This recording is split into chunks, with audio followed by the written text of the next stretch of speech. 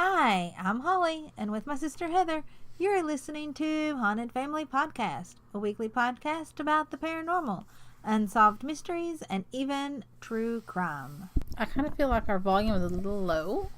Okay. Sorry, we are recording together We are. on Holly's brand new microphone. Yay! Her old microphone died. Yeah, it was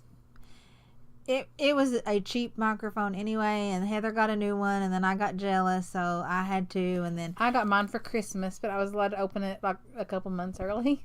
and then Amazon had a sale, and I had points, and next thing you know, New microphone. yeah, new microphone showed This up is today. like what you said. It was the blue snowball. It is blue snowball ice, which is funny because it's not blue, it's black. Yeah. We have a very interesting story tonight. Well, We do. yeah, and it is a story. Tonight's episode really isn't like us hardcore researching anything. We're going to be talking about Waverly Hills. More importantly, our experiences when we visited Waverly Hills. Right. If you've watched Ghost Adventures, I think Ghost Hunter. Pretty much any ghost show on TV, all of the para-celebs have been to Waverly Hills. And for the most part, none of them have done it justice. No, they have not. We went to Waverly Hills, 2 years ago?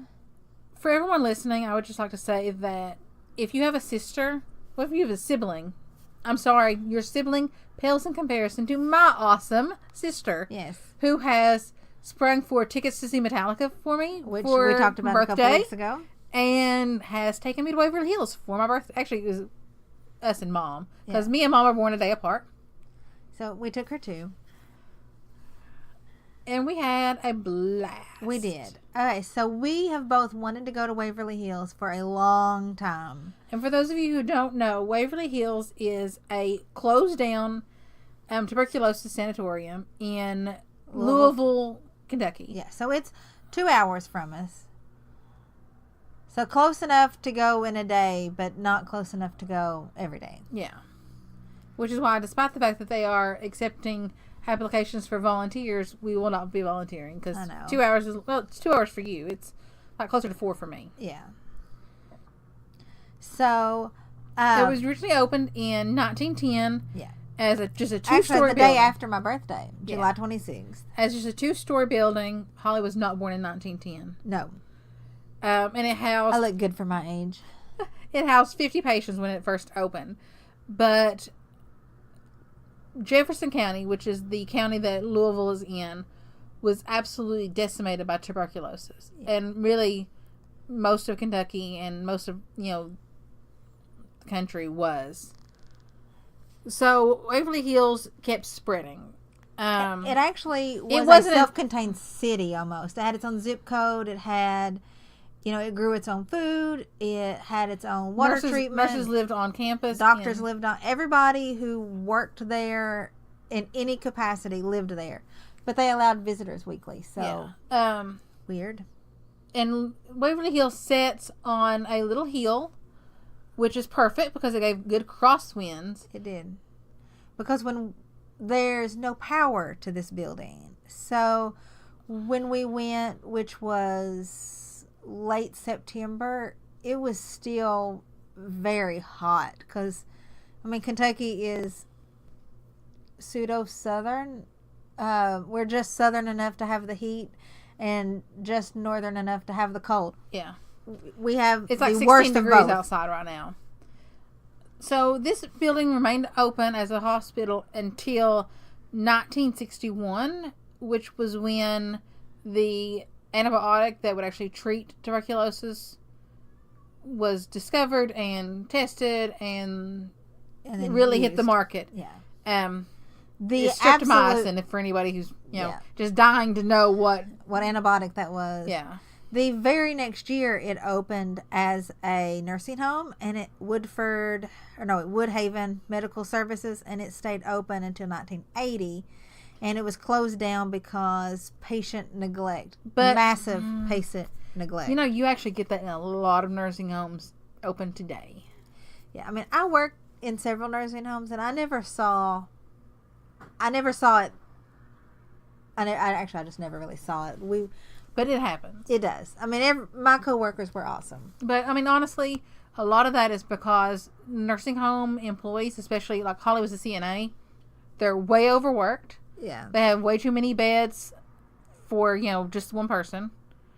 And way, way underpaid. Oh, yeah. Like, I worked nights, and for an entire floor, it was me and one other person. So, I don't remember and how for the record, Holly is not a huge person. I'm 4'10". She's 4'10", like 115 pounds soaking wet at the time. Actually, I think weren't you pregnant during some of it? I was pregnant during some of it. Yeah. So, Woodhaven... No, I just had a baby. I just had Abby. Yeah. Holly would work weekends usually at the nursing home. I would come up because Mike worked weekends also. Mm-hmm.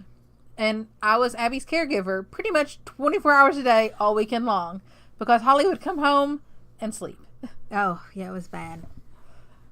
Okay, so let's talk about, let's talk about our experience. As soon as we get out of the car, there is this massive building. You can't see Waverly Hills from the road. You can't. You actually have to drive past a golf course. Yeah, and you drive up this little tree-lined road, which is really out of character for Louisville.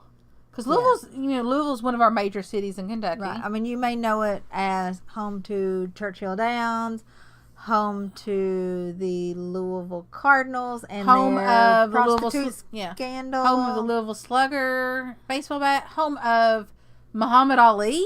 Katniss Everdeen. Oh, yes. Oh, I mean, that's not her real name. No. But Jennifer Lawrence, born and raised in Louisville. Muhammad Ali. One of my favorite podcasters / wrestlers, Colt Cabana, calls it Louisville, because everyone kept making fun of how Chicago boy was pronouncing Louisville, and people. Okay, I have a funny story to tell people about Louisville. So everybody who's not from here, not everybody, but lots of people pronounce it wrong. Louisville. Yeah. Or Louisville. Or Louisville. Yeah. So we were at a band competition in Berea, and this tour bus pulls up and they get off. We are not at the band competition. We are at the right. Berea Artisan Center. Right, but we were there for No, we were not at the Artisan Center for a band competition. We were actually killing time. And this guy is talking, it was some college, and he's talking to the tour guide, and he says, so how do you pronounce your state capital? Is it Louisville or Louisville? And she said, oh, neither. It's actually Louisville. And I start laughing because that's not our capital. And then we respond from behind her, actually, you pronounce the state capital Frankfurt. Poor tour guide was so embarrassed because she didn't catch what he said. She just, caught, oh, he's mispronouncing Louisville. Yeah. Good times. Big tangent. And we promised Abby that we would not get on a tangent because she is cooking us dinner. She is.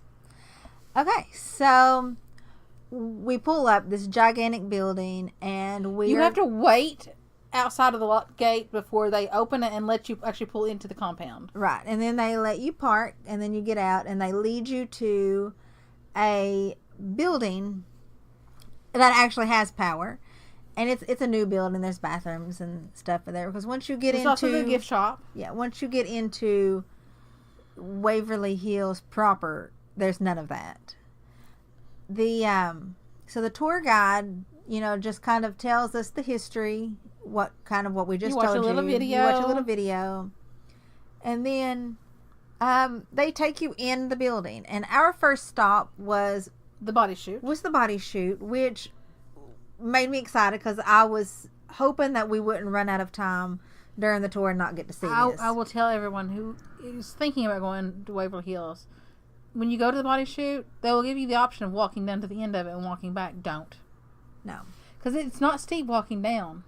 Oh, it is a nightmare walking up. But it is horrible walking up. And it's cold and it's pitch black. Yeah, it is literally a concrete tunnel with steps and a ramp. Yeah. And the ramp is for... It's called the body chute, but it was most commonly used by the nurses coming into the building. Because, I mean, it's cold and snowy in Louisville. They're on the river. Yeah. And they used it to come into work from their little nursing home. Nursing home for nurses. They also brought food in through the body chute, but they did. I mean, there was a lot of death that happened. What do they say? Sometimes 4 people a day would die. And it was bad for morale. Tuberculosis is a horrible, horrible disease. We actually almost lost one of our great aunts to tuberculosis during the same time period. Yeah. And it was highly contagious and just, I mean, terrible. And everything that they're doing is experimental. So it didn't always work. And in this case, it boosted morale if the residents there did not see bodies being carried out of the building. So they used this to get the bodies down. They used it just to get the bodies out. But I mean, isn't that the same in nursing homes? That you all would kind of try to disguise? Yeah, we would try to take them. I worked nights, so everybody was usually asleep in bed when people died. But I know when Grandma passed away, the staff tried to sort of get everybody out of the day room and stuff, and make it as discreet as possible that they were bringing a gurney out with somebody on it. Yeah. So then from the body chute, we went to the morgue, which still has the gurneys and the freezers in it. Well, right. Not freezers, coolers. They don't let people lay on the gurneys anymore because a certain paranormal, a certain paranormal show broke it. Yeah, they said on the end of it, the ends of them are not designed to hold that much weight. They're designed to hold weight distributed out across the whole thing. Yeah. So it bent it. So, hey, if you're listening, thanks for ruining it for everybody. Yes. The thing about the morgue is that it has a elevator directly attached to the surgery room, which is the surgery is where we ended our tour. So, walking through the body chute, I did not see anything. I did not feel anything. Nothing weird out of the way. It's just a dark tunnel, and you see light at the end of it. Oddly enough, light at the end of the tunnel. And that was it. Yeah. Same with me. Didn't see anything, didn't feel anything except for strangers touching me. Yeah. Because you're packed in there. When you go into the morgue, though, it does feel very unsettling. That's really all I can say about it. I didn't see anything. But I mean, it's a morgue. It's a morgue. Yeah. So then we went, is that when we split into groups, 2 different groups, and we went to 2 different floors? I think we split into groups before we left the building. We went to, we'll say, the 5th floor. There is a very famous room, 502, that exactly. I mean, the story goes a nurse committed suicide in the room, and that's not technically true. The nurse did not commit suicide in the room. She actually committed suicide in the vestibule, the hallway outside of the room, which our trip there, we knew some of these stories, but we were trying to hold back and not just run right into 502 or anything, because we were trying to separate ourselves as much from our tour group as we can, because you can't really get good readings on a situation if there's a bunch of people around. So I was kind of just standing in this hallway area, and wouldn't you know it, I was standing in the exact location that this nurse committed suicide.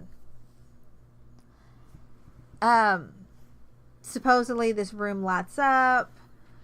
This is also the floor where we actually found a ball there, and a lot of people who go into Waverly Hills report that this ball moves around the building. Right, and that it's supposedly owned by a little boy named Timmy. Yeah. Which I think at that point I made a joke about the old soap opera Passions, because they had a little doll that would come to life, and his name was Timmy. Yeah. Anyway, we played with the ball, and no ghostly happenings. Nothing ghostly happenings. But the tour guide joked that if you touch the ball, sometimes Timmy will go home with you. And I was like, it will not be the first time that we have had a ball rolling ghost go home with us. So, not scared. Cora. Yes. Also in 502, like, if they told us that there was a person who had just had a hysterectomy, like maybe 7-8 weeks before, and her stitches came open and she was bleeding.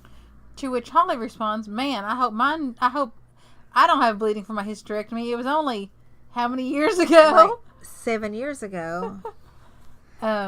No, I did not think that was as funny as I did. We are horrible jokers, and not everybody gets our sense of humor. Yeah.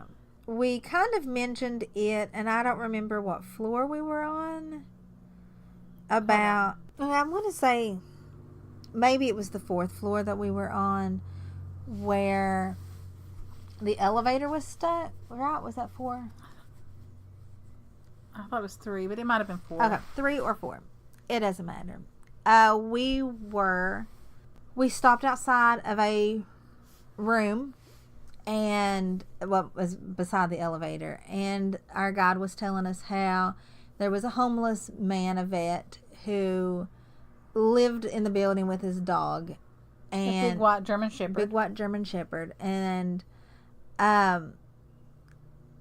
he was found murdered in this elevator by they know for a fact it was kids. I don't think they ever found out who killed them.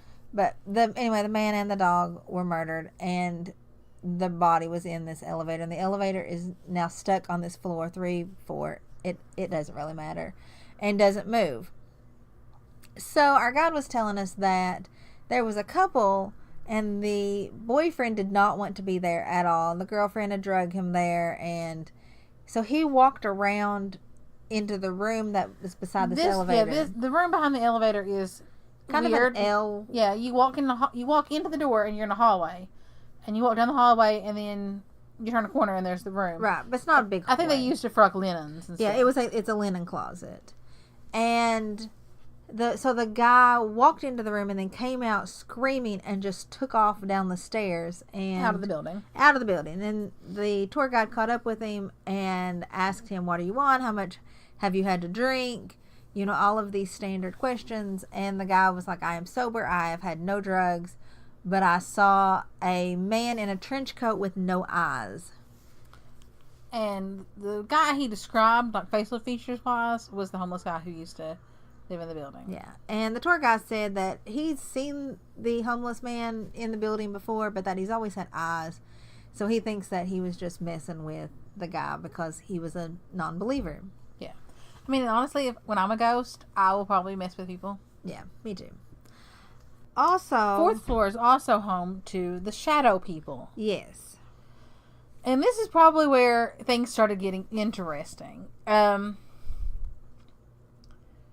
There was this girl who kind of wanted to be there and kind of wanted to participate, but was also terrified. And me and Holly, we were horrible, and we were bullies, and we goaded her into walking down the hall. Right. Well, see, first, she didn't go first. No. I think a random person went first. Random person that we didn't know goes first. And we didn't know this girl either. We didn't know. She goes, she says, "Yeah, I don't really see anything, you know, whatever." And she comes back. But you have to walk slowly coming back because these shadow people have been known to scratch you. So then next, the guide is like, "Does anybody else want to go?" And Heather said, "Yeah, Holly, you want to go?" Okay, well, I've been challenged, so I have to go. So what's a little ghost, you know? Right. So I walk down the hallway, and I am seeing stuff move on either side of me. On either side of you is rooms.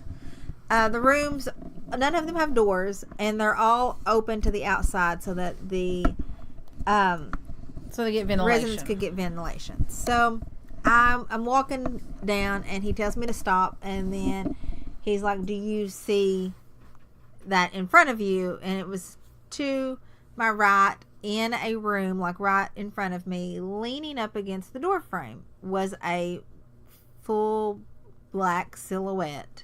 And I said yes. So I stayed down there for a little while longer, and then he says, okay, turn around and come back. That's probably the most terrifying, is turning your back on whatever this is. Yeah. So I turn around and I come back. And then our mom does it. No, Mom doesn't do it. I thought Mom did it. No. You do it next. Oh, well.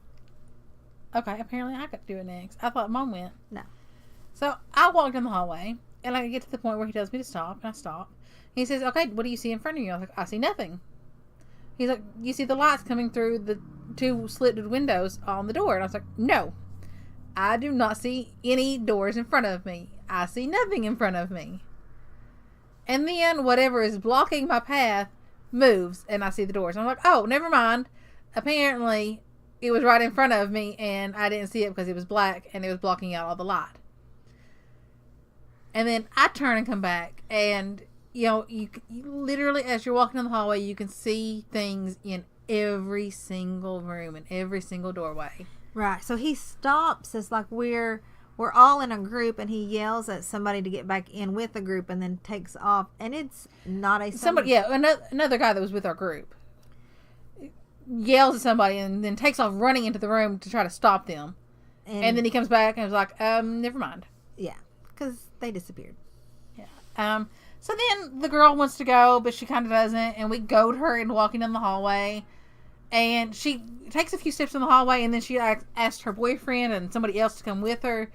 And at first, the tour guide leader did not want to let anybody go with them because, it's not generally allowed.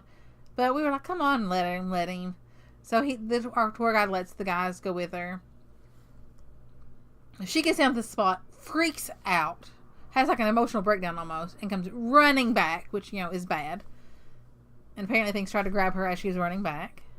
Yeah, what I thought was funny, though, is while she was down there, and he was like, okay, step apart. And then as soon as they stepped, like, apart from each other, because they were, like, glued to each other's hips, whatever that black figure was just stepped right between them. And that's when she freaked out and came running back. Yeah. And she plays a part in our next part of the story where we talk about the surgical suite. Yeah, so then we leave from there and go directly to the surgical suite, which, like I said, it goes directly down to the morgue, because it's all experimental. It's so terrifying when you think about some of the things that they're doing to these people, like poking holes in them and cutting stuff out, and just to see if there's anything that they can do to fix them. One of the things they would try to do is they would intentionally deflate your lungs and then try to reinflate them, hoping that would help get rid of your tuberculosis. I'm trying to find what the name of that is.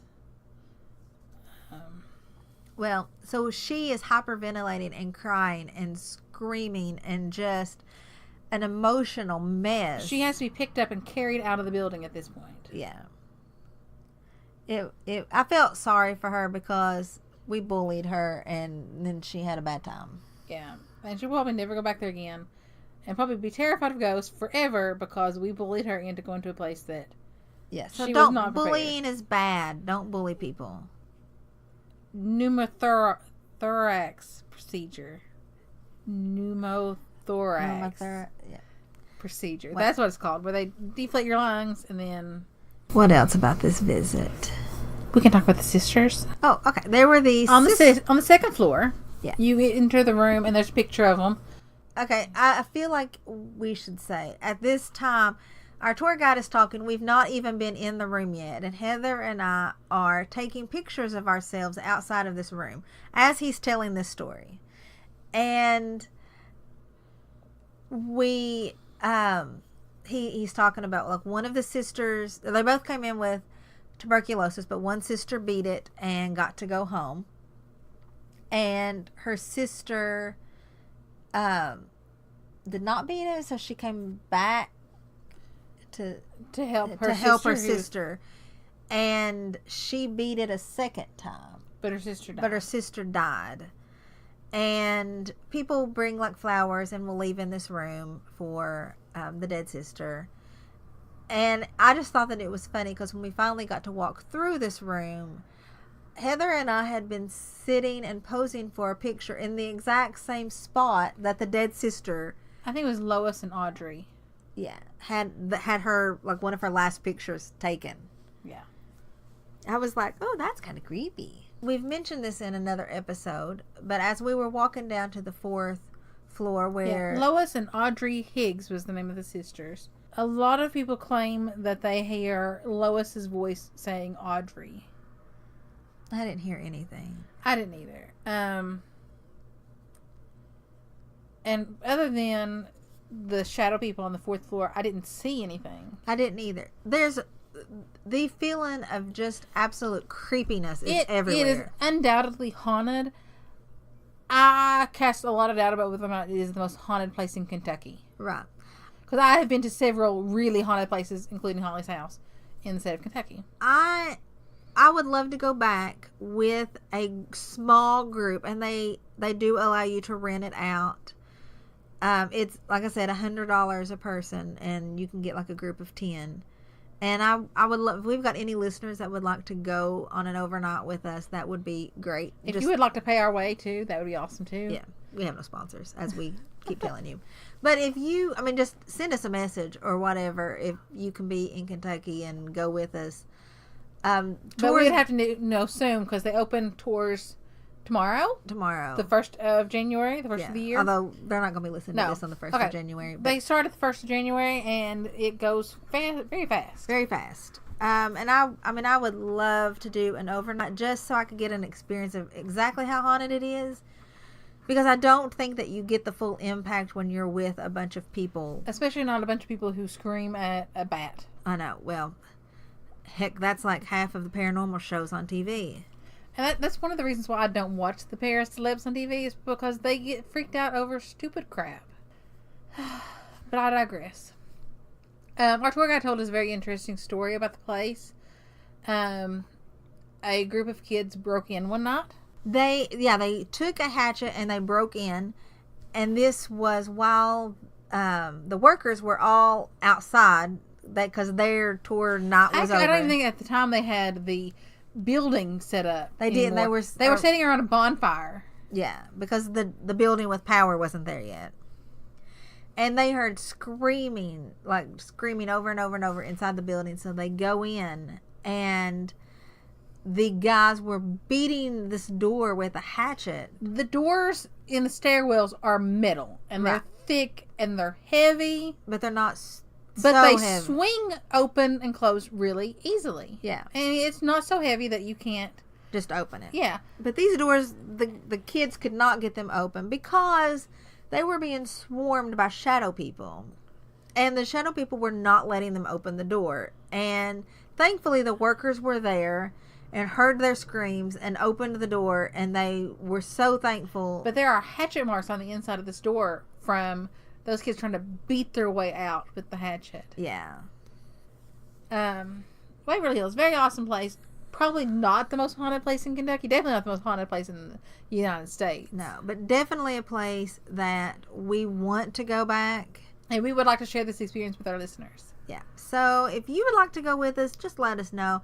hauntedfamilypodcast@gmail.com, Haunted Family Podcast on Facebook, Haunted Family Podcast on Instagram. Haunted Family Podcast everywhere. Yeah. I hope you all enjoyed the show. We're going to cut it a little bit short tonight because... Yeah, it's like 2 minutes until the new year, and we have already recorded 2 YouTube episodes for today. And the girls have food waiting on us. Yes. So, no Stupid Criminal this week? No Stupid Criminal this week. We'll give you 2 next week. We will, which we will be recording in about 10 minutes. Yeah. So, thanks for listening. Bye.